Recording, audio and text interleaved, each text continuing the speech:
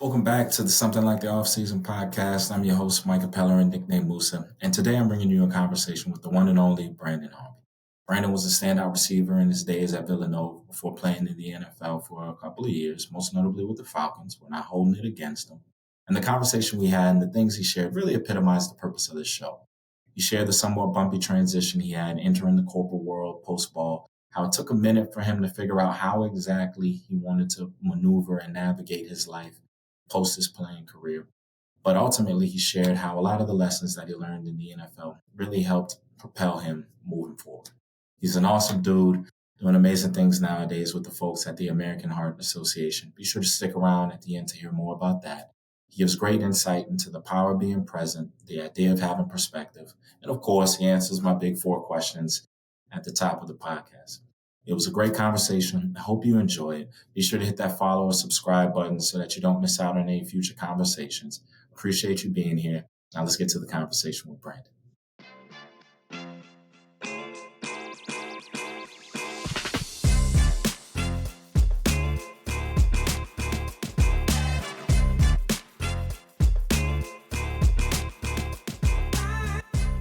First question. What was the moment when you were in high school or college that you knew when you were destined to play college or go to the L? So in high school, I knew I was ready for college. I've always been good in football. Obviously, we're athletes, right? It's like, yeah, I'm going to college, right? I didn't really have that plan, and I also didn't have, I didn't really have the support from my family. I did, but from my school. Right. So, bro, I don't even talk about this too often, but people will see us and oh, you made it to the league, right? They just see that. They don't know what I did in the league, what I didn't do, right? They just know I got there. Bro, my freshman year of high school, bro, I didn't even play freshman football. And so went out for the team, whatever, everyone else in the summer, bro. It was 100-something people going out for the team, right? It's not 100 numbers. You know what I mean? Take the jerseys out too. Bro, all we did was weigh-ins. And then was weigh-ins, bro. The coach said, you can't play football. I said, what do you mean? He said, yeah, you can't play for me here. I said, okay. So I didn't even play that year, bro. I'm talking about, I've been playing football since I was 7, bro. There's people that were there, right? Skaters, look like they never played before, just out for the team. They made it just based off the strength of weight, bro. So you missed the team because you didn't weigh enough? Yeah, bro. I didn't weigh 135. I weighed 133 my freshman year. I was shorter. I was probably 7 maybe. But I was thin. And so he was like, yeah, you're not playing. You don't weigh 135. I weigh 133. Craziest thing I ever heard. But, it was a negative moment, obviously, in that moment, right? And I'm like, dang, what's my next plan? What am I going to do next? So I ended up playing Pop Warner my ninth grade year again. So I'm playing with 8th graders. There's other 9th graders that are still playing, but, that's not where I was trying to play. So played again my 9th grade year, 10th grade, obviously 11th and 12th played. But that was that moment that kind of woke me up. It kind of ignited something within me. And I wouldn't say I was cocky before that, but I was definitely confident, in my ability. And so it was a humbling moment because everybody saw it, right? Right. And so and people were talking about it at school, this and that. So, yeah, that was tough. It was a tough moment. And then it really just made me, just kind of just find, that fire, you know what I mean, within me to really figure out what it is I want to do, but how I was going to get to that next level as well. So that's dope, man. Man, Jordan got cut from the team, but he at least tried out. You just stepped on the scale. The scale, bro. and what's crazy is, I think in my high school, there's only been 5 or 6 people that ever made it to the league. After that, and even my senior year, I had a couple, at the time, Army All-Americans on my team. Wow.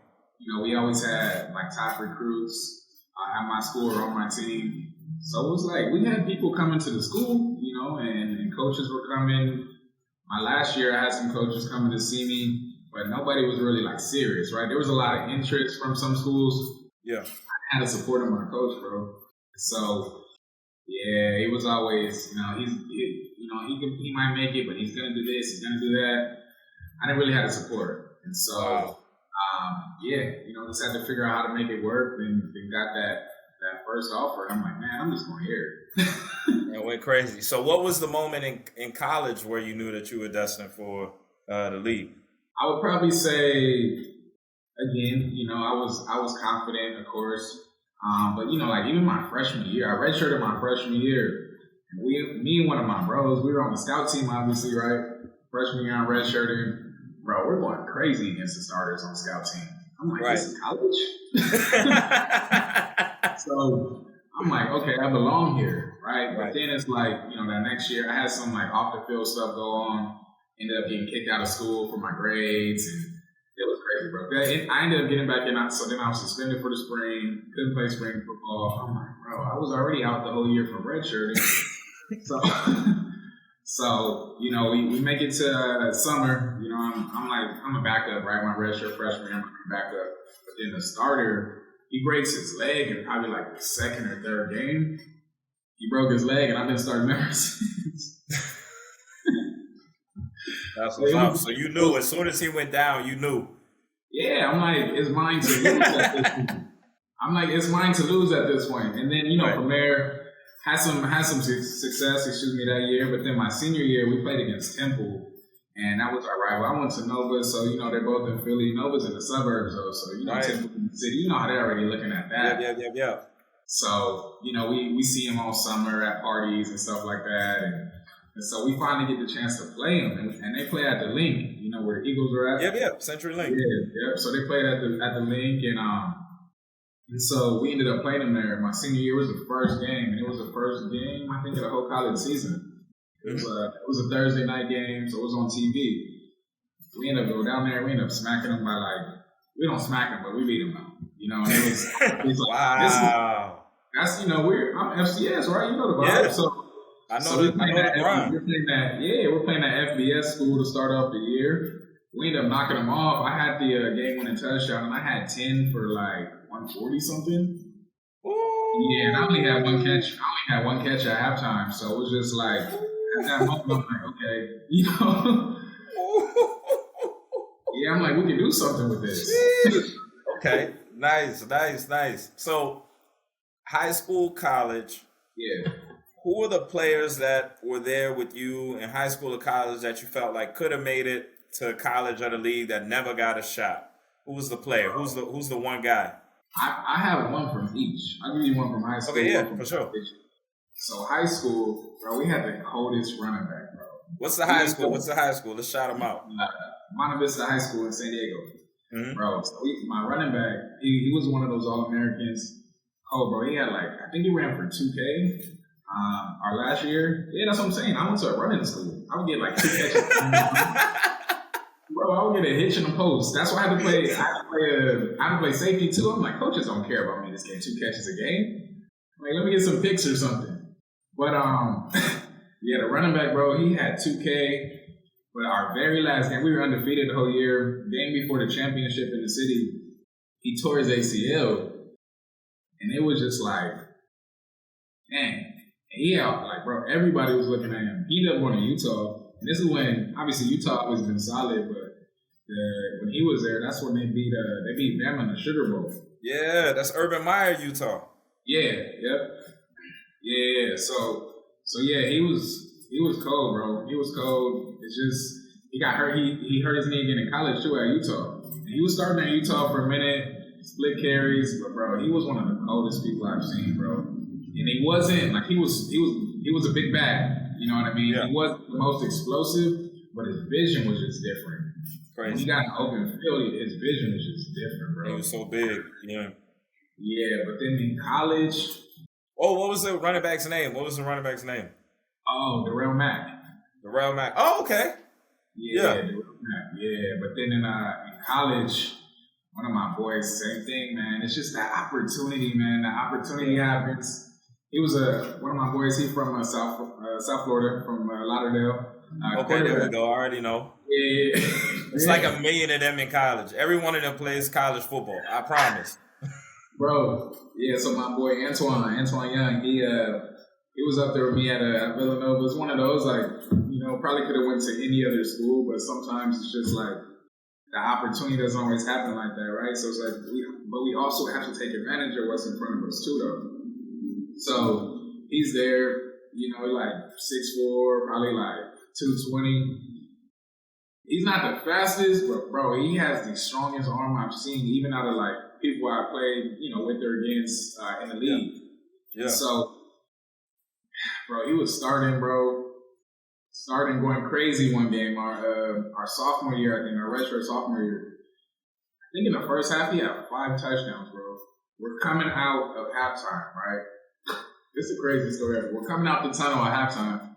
There's like there's a gate that swings open that we come out of, and the little post where the poles go, he steps in that hole right there. Bro, he tears his ACL. Bro. And then we have a backup come in. No! Bro, the rest was history.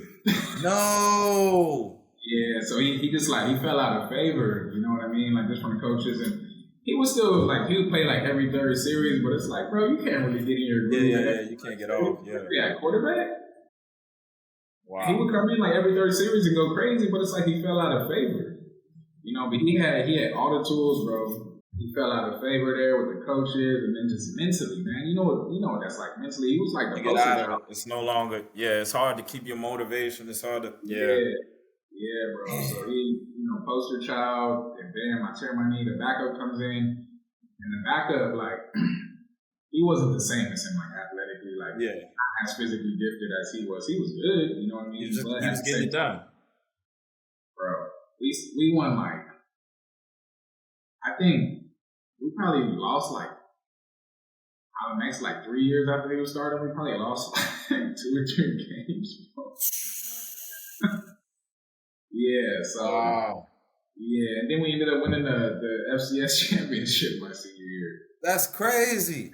Yeah, so it was one of those situations, bro, where he just kind of fell out of favor. The opportunity was gone, and he just had to just accept it for what it is. It sucks, but the good thing, I applaud him though. He stood there though. You know what I mean? He stayed there. Most people, they face that adversity. Yeah. Right? I mean, these days, you can transfer portal. Oh, yeah, ASAP. So, I'm out of there. Yeah. So he stayed, man, and he just finished out school. You know what I mean? Like I said, he ended up playing arena, but he didn't get looks in the league, and easily with that, bro. Easily. All right, man. All right. Well, what's his name again? Let's shout him out.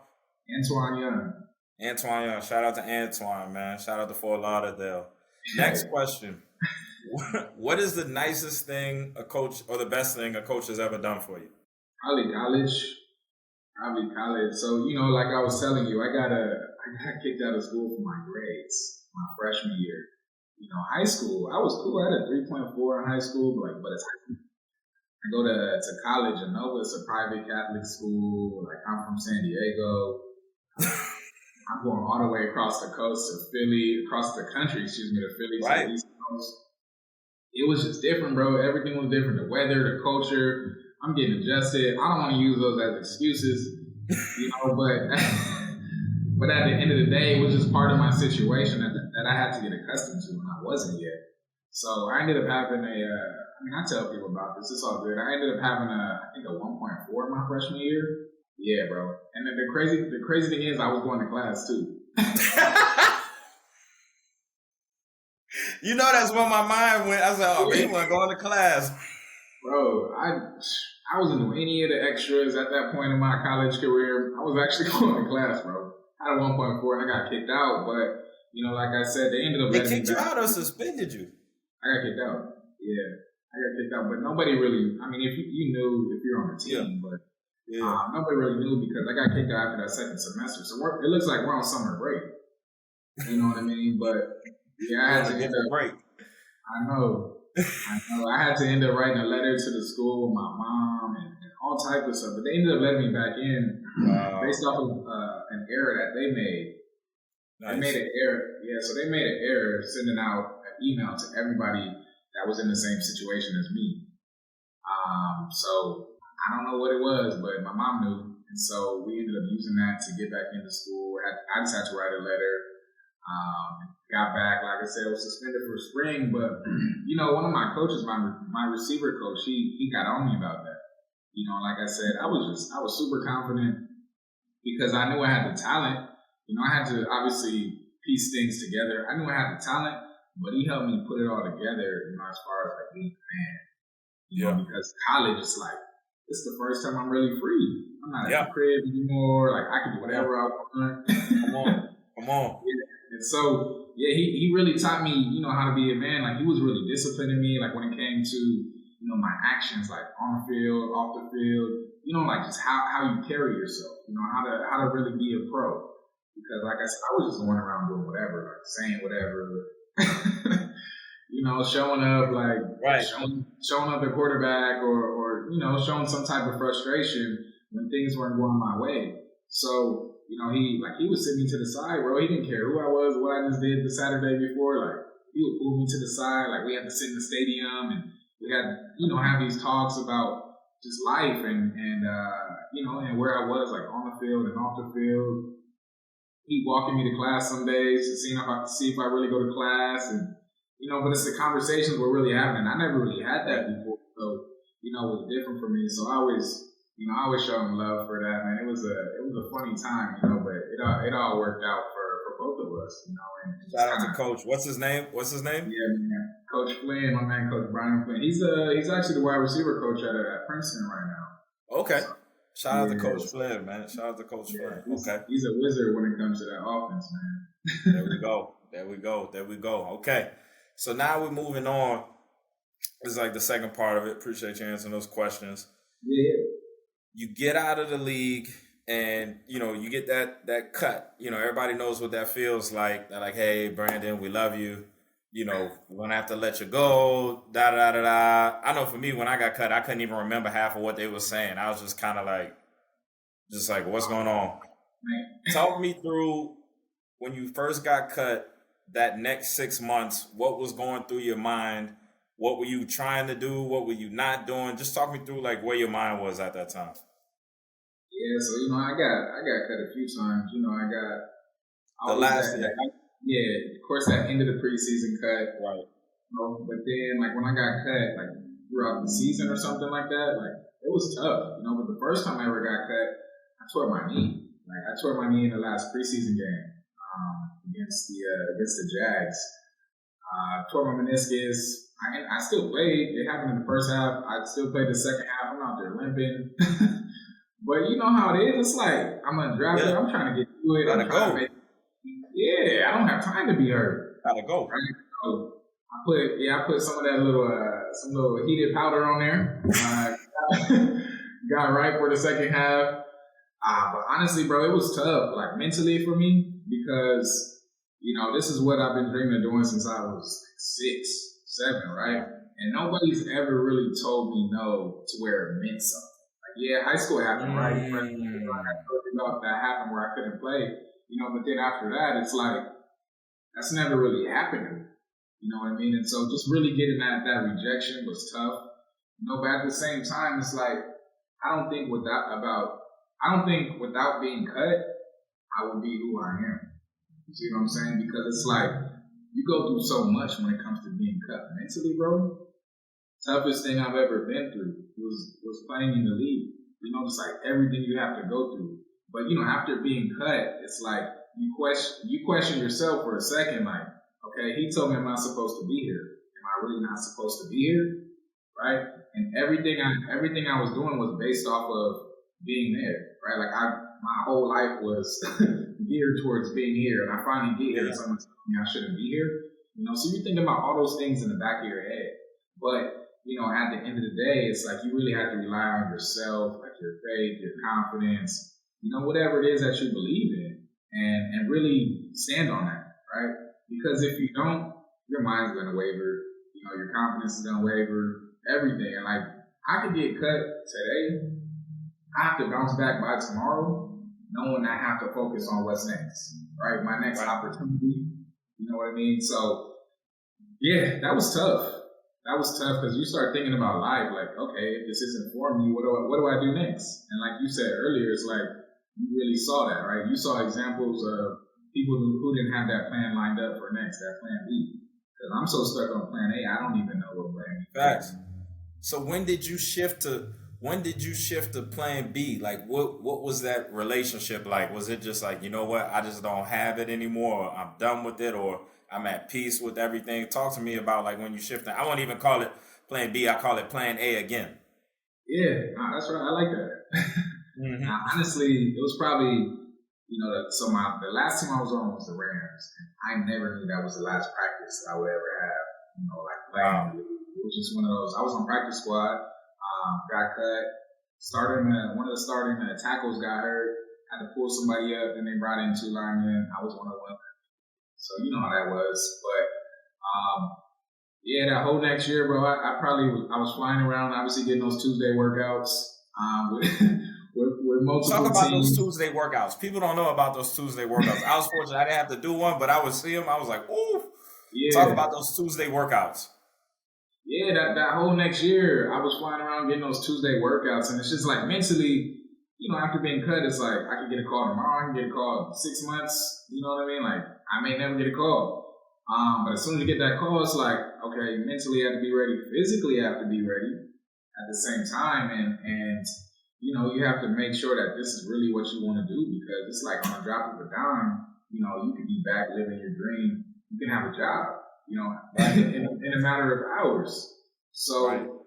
That was tough about it, but you have to always make sure you're prepared. Like you really have to have everything in that basket, right? As far as the eggs being in that basket, if this is really what you want to do. But, back to that, what I was saying, like that whole year, flying around, getting those Tuesday workouts, I had some great workouts, never signed. And so, after I never signed, I'm like, I started questioning everything. And I had a couple knee surgeries at this point, but I'm like, nah, I can't really be that. Like, I didn't feel terrible. I just didn't feel the same. Right. I know who I am. You know your abilities. And I don't know, maybe they felt the same. And so at that point, I'm just like, this is it. I really have to figure it out. And then I was about to have my daughter. So I'm like, I got to figure this out, man. Life is real right now. Fair. So you walk away, you make the decision like, all right, I'm not the same player I used to be. I've done these trials. I have a daughter coming up. And where does your mind go? Like, how do we get to that next step? What was going through your mind as far as the next step? I'll be real with you. That next step took years. Right. Like mentally, I'm seeing people whether it's grew up with, played against in college, met in the league, still playing on TV. So like even watching football, that was hard, bro. Like it was hard for me to watch football for a few years at that point. I mean, sometimes I wouldn't say as much now, but I still watching it. I'm like, but it was tough for me. It was really tough. Like I said, just seeing people I know, seeing people I played against. No matter the level, like still playing the game. And so, I like I said, I was about to have my daughter, so I had to move up to LA at that point from San Diego. And, I really had to just figure it out. Like, I have this in my mind, I need to find a new job. And like I said, I was always focused on playing. I wasn't really focused on my second plan at this time. So I have all this going on in this one moment. And mentally, it was a lot. But at the same time, I knew, at some point, you're going to see that light at the end of the tunnel. You know what I mean? Like, mentally, I went through so much by playing in the league, like training camp and getting cut, and training camp was tough. I'm undrafted. I mean, it's like you always looking over your shoulder, right? And then the opportunities you do get, you better perform, right? I may get 2 opportunities. I may get 20 opportunities, but you better show up and perform. So you mentally have to be present, and you have to be ready to perform when you're called on. So, I knew what I went through before, and I've always been able to use that, in just situations throughout life to know that, whatever I'm going through or whatever somebody's going through, they'll feel every single emotion that comes with that moment, but know that moment will pass, and the moment is just a moment. So, I was able to use those experiences and just bounce back as usual, when it comes to facing that adversity, man, and just focusing on what life had to offer now, but what I could still give to life at that point as well. Right. So when you think about career, you know, obviously you can't play anymore. There's gonna have to be some sort of education to get you to the next, to the next bridge. You're still dealing with, and I agree with you, man. Sometimes you turn on the TV like, man, I can't believe this guy is still playing. Respectfully, I'm happy for him. Yeah, I'm happy for his family. But come on now, yeah, we all know everybody who was in those projects. It is what it is. Now you're out of ball, man. I've got to develop some skills. I'm confident I can do it. Talk me through like those first couple months of getting familiar with like, all right, this is the skill I want to develop. This is the career I want to pursue, and how that kind of evolved. yeah. So I didn't necessarily have the career, mapped out that I wanted at Right, that point right. because the things We I all went to know. school for, like, they Yeah. didn't really apply to what I do and what I've done. So, Right. it was just more so I knew I had my confidence with me. Mm-hmm. And I knew that I could get through any situation, like we talked about before, just based off of my background and my past. So, I took what I had, right? I've always felt like I've been a good communicator, and I've applied that. But at the same time, in the real world, there's other skills that I need to learn, Right. So just taking what I already had, but then you had to really look in the mirror. What do I need? What do I need to be successful? Mm. Like what do I need in order to grow in this area as a professional? What are my strengths? What are my weaknesses? But really taking that look in the mirror and saying, okay, yes, I was just here. I may be here for a little bit, but that doesn't mean I can't get back here in another field, right? Or in another way. So just having that mindset and just knowing that, like I said, this is only just a moment, because being right here, being in that percentile that we're in, making it there today, that's different. You can't look down on yourself because you're not there anymore. You can use that in multiple ways to kind of streamline like where you're going next. Use that to push you forward. And so, it took me a while to be able to do that, but I think being able to do that has helped me out tremendously. Right. And I guess one of the things that's tough too is, anybody that knows more about you, that as we learn more about you, say like, yo, you're already outside of ball. You're entering that upper tier. Football, it's easy because it's like, what's the best thing you can do? It's like it's the NFL, right? Like if you're playing arena, you're playing Canada, that's great. And shout out to those brothers and making a living and stuff like that. But we know this, for all practical purposes, the best of the best is NFL. Do you think a lot about being at a similar level to the NFL, or right now is your mindset just kind of still on just getting better and letting it be what it's going to be because it's not as easily defined? Yeah, no, that's a great question. Honestly, I feel like initially it was like, I just came from this. I can't live like this. I need to be living like this. And it's not Right. even from a monetary perspective, but it's just like, I was just used to being able to do certain things, right? I can show up to work. I have, food in the cafe. I'm doing this. I Right. have these things that are right here, accessible to me at an arm's distance, right? But now it was like, okay, I have to figure out how to be a man, right? How to be a man. Like I'm not saying the league you're getting spoon fed, but you get a lot of things handed to you that you have to take advantage of. And, after that, you're not really getting that. So I Right. think that comparison kind of it could kill people, right? That comparison, like even to like, I was just in the league, I need to be back in the league, but not playing football. You see what I'm Right. saying? So Right. that comparison all the time, it's tough. It's like, where you've been, and you always feel like you're that person because you are. You just have to figure out to take what you've done, and what you did, those transferable skills, and apply it to life. And sometimes it takes a while to find what that passion is or find what your new purpose is. But once you find it, everything that you were just doing, Right. same energy that you put into Right. making it to the league, you have to put that towards this new passion, that new purpose, because that'll push you forward in life. Facts. And how often now do you think, and I think we're kind of on the same page. It's like, man, I used to look at the game like, man, I can't believe, and now it's kind of like, yeah, whatever. You know what I mean? I can watch a game and stuff like this.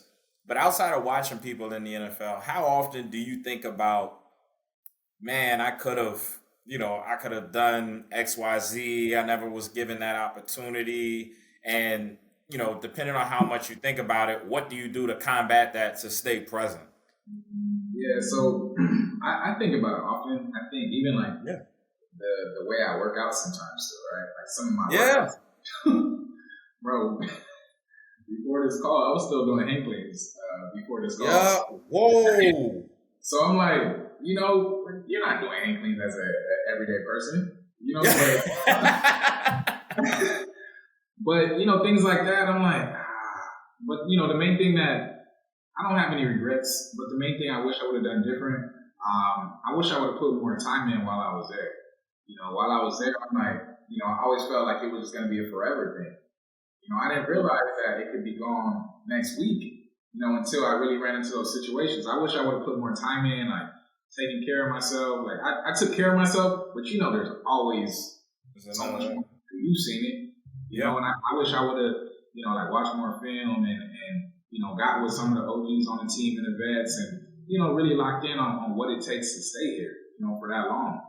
As opposed to just, worrying about always looking over my shoulder and things like that. If I got rid of that mindset and focused on what it takes to be here and how to stay here without, thinking about looking over my shoulder, it could have been, would have, should have.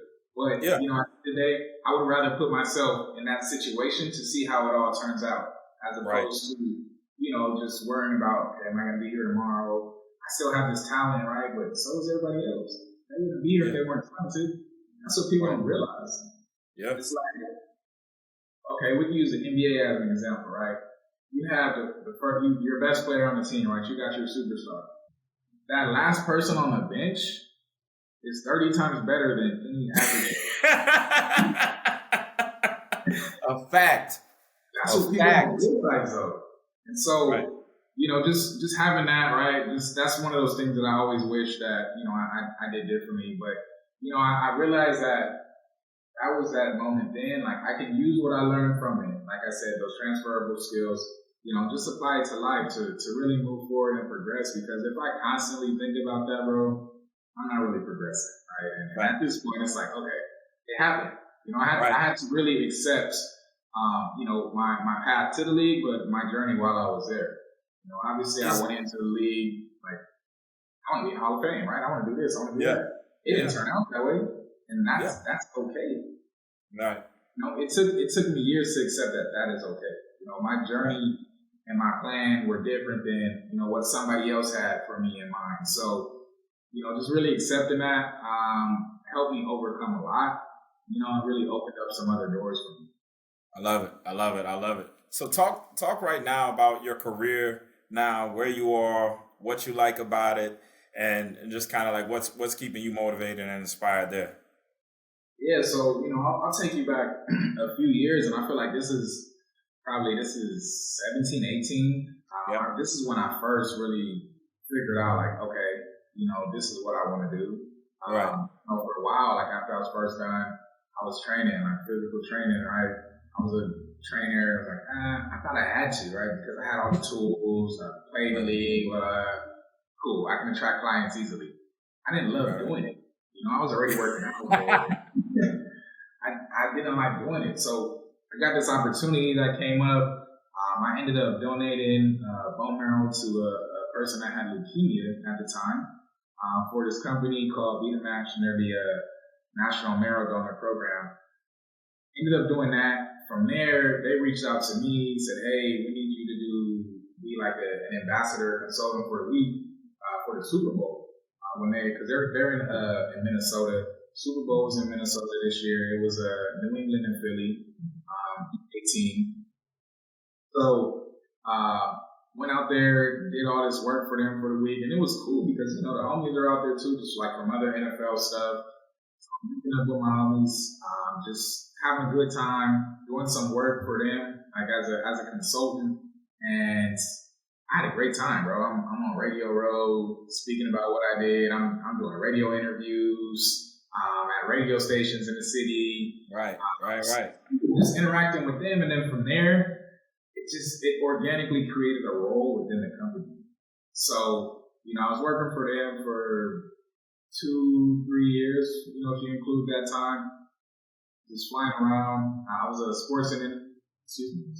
manager for sports and entertainment partnerships, also some multicultural partnerships. We were working with college sports as well. So it was cool. I was really just trying to figure out ways to add diversity to the registry for people that, because there's I don't know the stats now at this point, but it's just really rare for people to find a match if you're suffering from some type of blood cancer for people that are from diverse backgrounds. So that's really what I was doing, but I was using my network and my background to help. You know what I mean? Like bring results towards that. So I felt it was a great time for me, but for me, it made me think outside of myself. Right.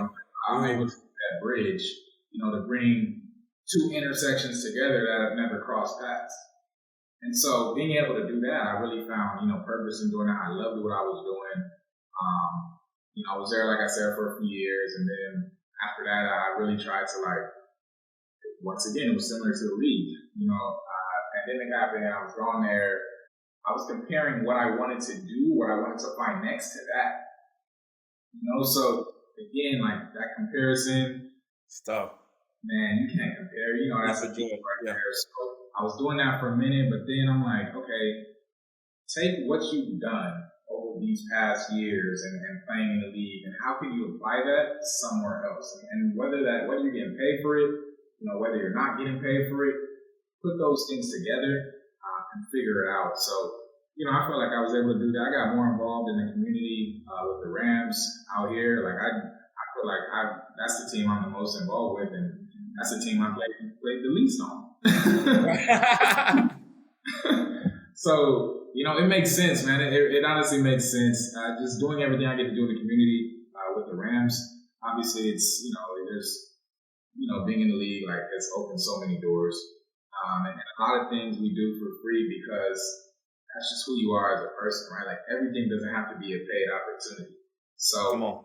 Yeah, being able to go to, these schools out here for, like underserved communities, and being able to go to these detention centers out here and just talk to the kids. And when you think about it, it's like, I don't know what I could tell you, but at the same time, it's like what you do tell them, like, it makes sense. It's relatable somehow, some way, they can put it together. And so getting those type of opportunities, I honestly feel like that's what my purpose in the league was for. To be able to be in those rooms, like without my name being in that stadium and that arena, like I wouldn't get some of these same opportunities that I get. Right. So I take advantage of that, and I just do it because that's who I am as a person. And so doing that, I work for the American Heart Association, school engagement, working with a lot still, like partnering with a lot of schools in the community, talking about health and wellness and doing different initiatives with the schools. Other things with some recruiting, like when it comes to high school kids, trying to get that exposure going to college as well. So it's fun. I feel like it's just like, it's a lot of work, but it's like, I feel like I was called to do that. Right. I love it, man. I love it. So right now we at the point where we want to learn how we can reach out to you, how people who want to get in contact with you, whether they want to help with the AHA, whether they want to help, try to help find someone, get some sort of like recruiting work done to get them from high school to college. How can people find you? What's the best way for them to contact you? And don't give your personal number out here, because I know you have every day. Hey, Brandon, what's up, baby? I got a kid, man. This kid is the next prime. Okay. Yeah. I don't want to hear that. I do hear that, though, but I already know. Honestly, LinkedIn, easiest way to connect. Go to my page on there, my Instagram as well. Instagram will be back up, like I said, real soon. I realized that, I was having this conversation yesterday. It's just like, I need to be more connected, on my socials, in the sense of the things that we're talking about. Not the things that I'm necessarily, that may look appealing or pleasing to some people. You know how it is these days, but that image, and so just really tapping into the things that can help change the community, things that can help change somebody's life that may hear a word from us. And it's like, okay, this resonated with me. I can apply this to my life this way. And it shows and they start to see some progression in their life. So, I need to start doing that on both sides, right? Like the personal, professional work, but also, like the league stuff that we still do, yeah, connections that we have there. And man, you can't like I said, my career didn't go how I wanted to go, but I thank God I was able to make it. I was blessed to be able to make it to that level, and just to create like interactions like this, right? Have moments and a network that I've been able to build like within the league, just from playing and from being in those stadiums. So I appreciate all the support. Appreciate you reaching out, tapping and connected too. Oh no, of course. I saw the story. I said, man, I got to get him on off season, man. I got to get him on off season for sure. Nah, yeah, because I saw I know your story, so I was like, yeah, of course, right? It just made sense because I feel like there's so many just ways to connect with people, but we don't often utilize those connections. Like, oh, he played too, that's what's up, right? But like, okay, you guys share so much in common that you may not even know about until you really connect with this person. You guys can create some type of bond and some type of network expands into something, bigger than what it looks like right now. You already know. All right, brother. I appreciate you. All right. All right, brother. All right, peace.